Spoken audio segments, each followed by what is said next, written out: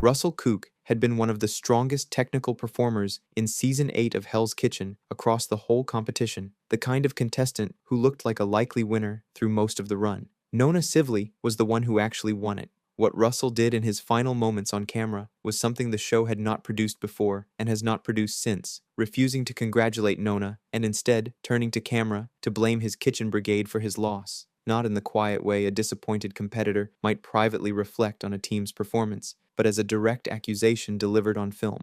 Then he went further and told the camera that he intended to blackball every person who had cooked alongside him, that he would use whatever professional influence he had in the industry to make sure none of them found work in any city where he had connections. Nona was celebrating a few feet away from him while he said it. What separates this from a standard moment of poor sportsmanship is the specificity of the threat itself, because saying your team let you down is something a losing competitor might reasonably feel in the heat of a difficult night. But announcing on a nationally broadcast television show that you plan to actively block former colleagues from employment using your professional network is a different order of behavior entirely, and doing it while still on camera, while the winner was still in the building, celebrating the biggest moment of her career, made the contrast between the two of them impossible to ignore. Russell Kook is still the only runner-up in the show's history to leave the finale without acknowledging that the other person had won.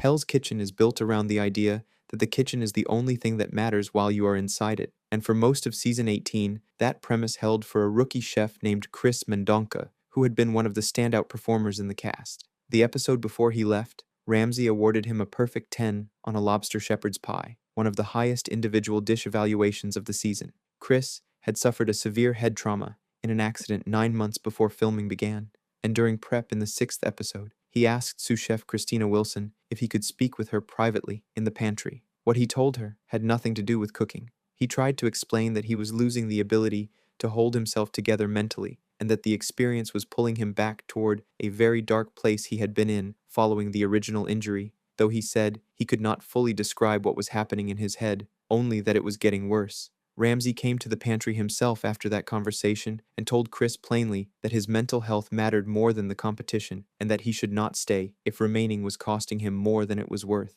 Chris walked out of the dorms with his bags later that day, and the other contestants were told only that he had left for personal reasons. That phrase, personal reasons, was the same explanation the show had used for every other exit that did not fit the standard elimination format, and it carried none of the weight of what had actually happened. A contestant had disclosed a serious neurological condition during prep, the show had handled it with genuine care in the room, and then the footage had been edited into the same format used for every other departure and moved past. What remains is the question of what it means to put someone into that environment 9 months after a severe head trauma and have them hold together long enough to score a perfect 10 before their mind finally told them it could not continue.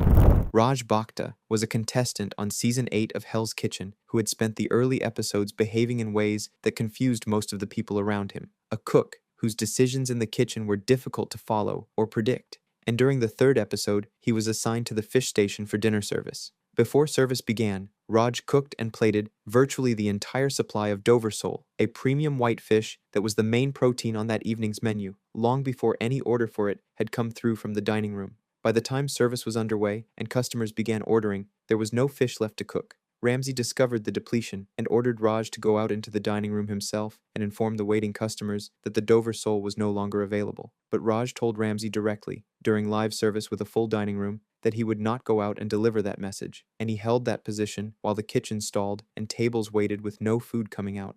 While all of this was unfolding, production cameras caught Raj pulling dishes that Ramsay had already rejected and thrown into the bin and eating them beside his station. Ramsay eliminated him that night, and the detail that separated this case from a standard removal was that Raj's team had won the service, despite everything he had done, making him only the 3rd contestant in the show's history at that point to be sent home on a night when his side had technically come out on top. 3 months was how long Jackie, a contestant on Season 15 of Hell's Kitchen, had been cooking professionally when she arrived to compete against teammates who had spent years, and sometimes decades, building careers in professional restaurant kitchens. She did not treat that gap as something to work around. She treated it as irrelevant, conducting herself through the early episodes with a level of confidence that her experience level did not support and that her teammates did not overlook. Kristen, one of Jackie's teammates on the red team, had years of professional kitchen experience and was visibly frustrated watching someone with 3 months behind them operate as though that made them equals. After a particularly charged elimination night that both women survived, Jackie made a comment directed at Kristen about being on the same level, and Kristen responded in kind. The argument escalated quickly past words. Jackie walked over to Kristen and demanded her lighter. Kristen told her that if she touched it, she would hit her. Jackie took it anyway and smashed it, then picked up a nearby ashtray and dumped it over Kristen, scattering ash across her. What followed required multiple people to physically separate the two women, with production crew and other contestants moving between them, while both continued going at each other, and cameras caught all of it. What I find most telling about this footage is how little registered for Jackie between the verbal argument and the physical act. There was no visible moment of escalation or decision. She moved from arguing about professional experience to smashing a lighter and dumping an ashtray in a matter of seconds, as though the line between those two responses was not significant enough to slow down for. The show kept her in the competition after the incident. What followed was a private conversation between Jackie and sous chef Christina Wilson, one of Ramsay's most experienced lieutenants, who told Jackie without raising her voice that the way Jackie spoke to her teammates was completely holding her back in the competition, and that if she did not drop her ego, she was going to destroy her own chances. Jackie sat with it. She acknowledged that Christina was right and said she understood this was an opportunity she was not going to waste. That conversation is the part of the episode that deserves more attention than the ashtray. Jackie had come in with 3 months of experience, had spent weeks behaving as though that was not a factor worth addressing, and had just gotten into a physical confrontation over a lighter rather than absorb a professional challenge from someone with more experience. The fact that she could hear Christina and acknowledge it without fighting back suggests she already knew the behavior was the problem, which makes the behavior that led to the confrontation harder to explain, not easier. She did not win season 15 and remained difficult to work alongside throughout her run, but this episode captured something specific about the damage that unchecked arrogance inflicts, which is not simply holding a person back from succeeding, but placing them in situations they cannot professionally survive. And sometimes it does all of that over a cigarette lighter. The dining room in Hell's Kitchen is one of the spaces the show rarely uses for conflict.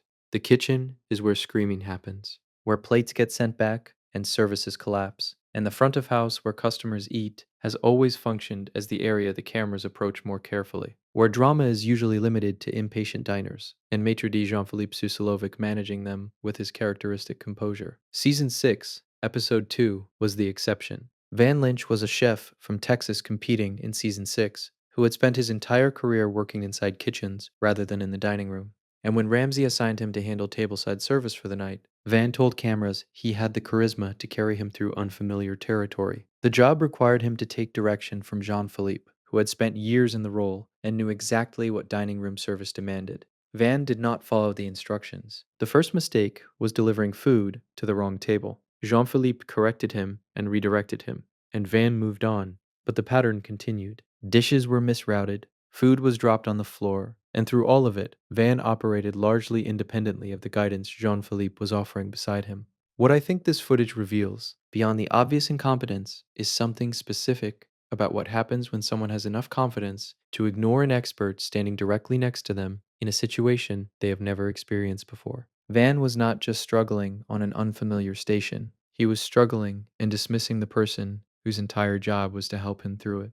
By the time the confrontation escalated, it had been building across most of the service. Jean-Philippe got close to Van and told him to listen, and Van told him to get out of his face, and the two men squared up in the middle of the dining room floor, with customers seated at the tables around them, both of them loud enough to carry across the room. Contestants watching through the pass from the kitchen said in their confessionals that they fully expected Jean-Philippe to throw a punch. Ramsay left the kitchen and came out into the dining room to physically step between them. He told both men they were turning the dining room upside down, that the only people suffering were the customers, and that they were going to work together or both leave. The two reached a tense and uneasy truce and finished the night. What makes this case notable in the context of the show's full run is not Van's performance or the physical dimension of the confrontation. Jean-Philippe Susilovic appeared across more seasons of Hell's Kitchen than almost any other recurring figure, and remained composed through some of the worst services the show has ever produced. Contestants had screamed at him, ignored him, blamed him, and treated him as background during their worst nights in the competition. He had absorbed all of it without coming close to losing control. Van Lynch In a single episode, on a tableside shift he was not equipped for, took someone with that kind of professional steadiness and pushed him to the edge of becoming physical in a room full of paying customers. And it happened inside the first 2 episodes of the season.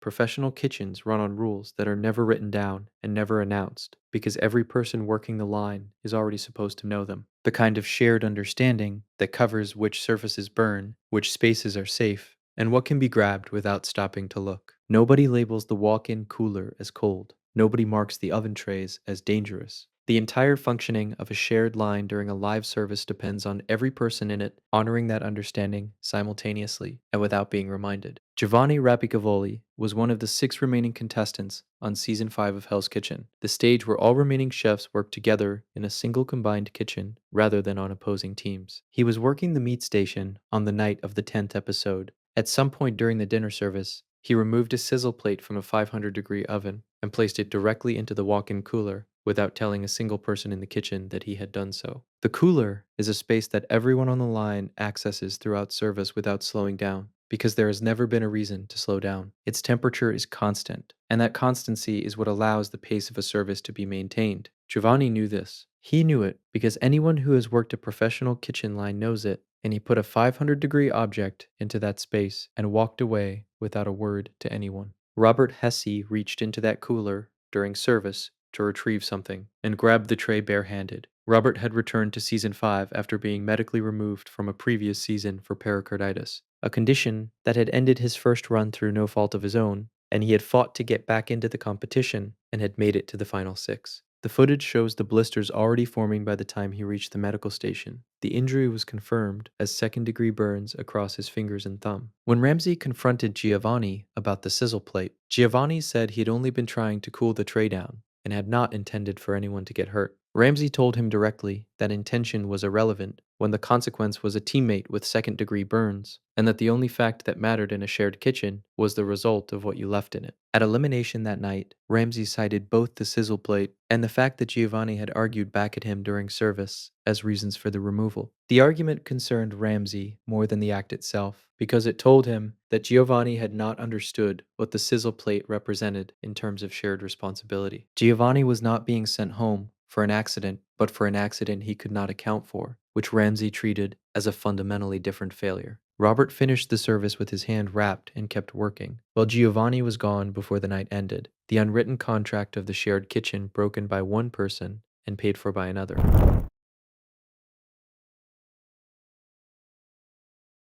What the other contestants in season 16 of Hell's Kitchen could observe from early in the competition was a contestant named Andrew directing consistent and visible attention toward a fellow competitor named Heather. The flirtation was happening in shared spaces, the dormitory, the kitchen floor, and the common areas that production cameras covered throughout filming, and none of it was subtle enough to go unnoticed by the people who shared those spaces. The one person who could not see any of it was the woman at home with a wedding planned for a few months after filming, who knew her partner was away competing on a cooking show and had no visibility into what was happening in the building. Andrew and Heather slept together in the dorms during the competition. Andrew's camera presence showed no guilt, and shortly after the initial encounter, he asked Heather to make out with him again. None of this was hidden from the people around it, and all of it was hidden from the one person who was not there. What a show like Hell's Kitchen does, that an ordinary situation does not, is assemble a documented record of everything in real time, across multiple cameras, by a production team whose entire purpose is to capture exactly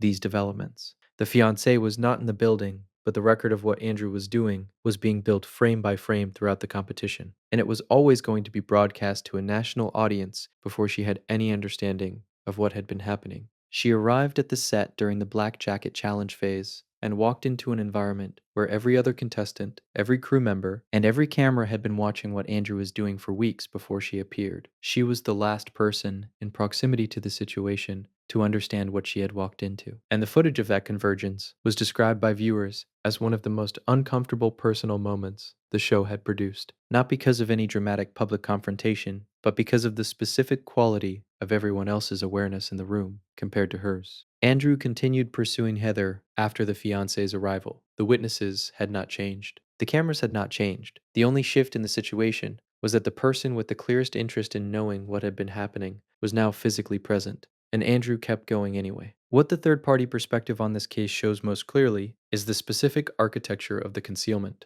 Andrew was not conducting an affair in a private space. He was doing it inside a fully documented production environment, in front of dozens of people who had no authority to intervene and no route to tell the one person outside the building who needed to know. His fiancée walked onto the set one day and discovered what everyone around her had been watching for weeks, and the cameras that had recorded all of it were still rolling when she arrived. Season 9 of Hell's Kitchen had not yet run a single dinner service when one of its 18 contestants was taken out of the building in an ambulance. Not during a service breakdown or any kind of competition pressure, but during prep time on the very first episode of the season. Before any food had reached any customer, and before the competition had technically started in any meaningful sense. Jason Zapaltis was one of the 18 chefs selected for Season 9, arriving at Hell's Kitchen as part of a new cast preparing to open the season. During the prep period that preceded the first dinner service, Jason began losing control of basic physical functions. His breathing became rapid and labored in a pattern he could not regulate. His arms went weak. He became dizzy while his body temperature rose, and he was sweating visibly. And when a teammate checked on him, Jason said he had been breathing like this for about an hour and just wanted to keep cooking. Another contestant noticed he was not functioning well and walked him over to the show's on-site medical team. The medic observed that Jason was overheated, sweating heavily, and had been locked in a hyperventilating pattern long enough to produce the specific symptoms of oxygen and carbon dioxide imbalance in the blood, weakness in the limbs, dizziness, and the inability to take a full breath despite breathing rapidly. The combination of the abnormal breathing pattern and the physical indicators of dehydration was severe enough that within minutes of the assessment, Jason was being loaded into an ambulance. Ramsey gathered the remaining 17 contestants and told them that Jason had been taken to hospital, that he would need several days of bed rest, and that he would not be returning to the competition. The season continued from 18 chefs to 17, without Jason having stood at a station for a single service. Every other medical evacuation in the show's run had come during or after a service, with the contestant having competed in at least some part of their season before their body gave out. Some had made it to the finale. Some had been removed mid-service after weeks of competing. The absolute earliest removal before Jason had happened after at least one complete episode of actual cooking. Jason Zapaltis arrived for Season 9, prepared for the opening service, spent an hour fighting his own body during prep, and left in an ambulance before the dining room doors had ever been opened for a single customer. What the footage shows is a person insisting right up until the moment they cannot, telling the people around him he was fine and just needed to stay at his station, being helped away from it by a teammate who had watched him long enough to understand that fine was not what was happening. He left in an ambulance on the first day of the season and never came back. Most professional cooks have burned themselves, and in restaurant kitchens that fact is treated as background noise, taped up and worked through because the service demands it. But what happened to Vanessa Gunnell during Season 4's 5th episode was the kind of burn that does not fall into that category. Vanessa was a contestant on Season 4 of Hell's Kitchen in 2008 who had survived the early eliminations and was still competing in the 5th episode of the season, still working toward the prize that the show offered its winner. During a dinner service, she suffered a significant burn injury to her hand that damaged it badly enough to compromise its function. The footage shows her attempting to continue at her station after the injury, because the instinct on a professional line and the competitive pressure of a format like Hell's Kitchen both push a person towards staying rather than stepping back. A seriously burned hand is not a condition that can be compensated around on a Hell's Kitchen station. Every component of the work demands both hands, and the precision of timing, technique, and output that Ramsey requires does not reduce because a competitor is hurt. Vanessa worked through as much of the service as the injury would allow and discovered that the damage was too severe to produce food at the standard the service required. She made the decision to leave. Not to step back temporarily, not to finish the service at reduced capacity and get treatment afterward, but to withdraw from the competition entirely rather than risk making the injury worse. The case outline describes the footage of her making that decision as heartbreaking. And what makes it specifically heartbreaking is the speed with which everything she had built in the competition collapsed around a single accident during a single service. What this case reveals about the format is the gap between how kitchen injuries function in a normal restaurant and how they function in a competition. In any professional kitchen, a cook who suffers a serious hand burn during service is sent home for the night and returns to work when they have healed. The injury is temporary and costly, but not permanent. In a format where missing a service can mean elimination, the burn and the end of the competition are the same event. There is no returning when the hand is better, because by the time the hand is better, the competition has moved on and the position is gone. Vanessa Gunnell had made it to week 5 of season 4, surviving a field that had already been cut down from the full cast through 5 weeks of elimination. She was still there at the start of episode 5. One accident at the wrong station during one dinner service was enough to end everything, not because the injury could not heal, but because the format made a temporary injury permanent in terms of what it cost her. She walked away rather than risk further damage to herself, which was the only rational decision available in that moment.